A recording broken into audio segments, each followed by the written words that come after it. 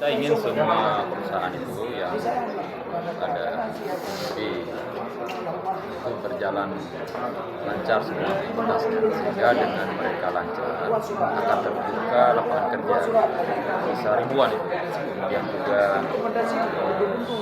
PAD untuk daerah, karena kita hari ini dengan kurangnya dana khusus, lisensi, kita daerah ini sumbernya sudah sangat kecil sekali.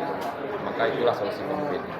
Nah, perusahaan AJB dan IPI ini mereka punya potensi bisa beraktivitas seperti perusahaan pipa, tapi harus diberi dukungan untuk pembangunan infrastruktur.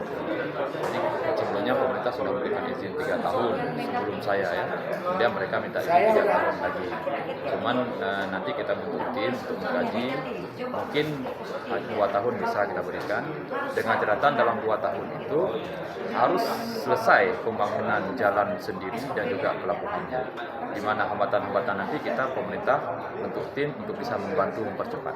Nah, terkait mereka habis masa bulan Juli ini, apakah selama Juli ini berarti mereka masih bisa dikerjakan seperti apa?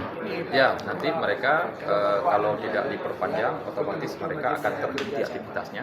Kalau terhenti aktivitasnya, jangankan bicara PAD, lapangan kerja, justru tenaga kerja yang ada itu akan kehilangan pekerjaan. Artinya sampai Juli masih bisa beraktivitas mereka? Mereka harus tetap lanjut, tapi dengan catatan dalam waktu yang sudah diberikan nanti harus selesai pembangunan jalannya, pelabuhannya, dan kita memperketat pengawasan dalam proses hauling itu.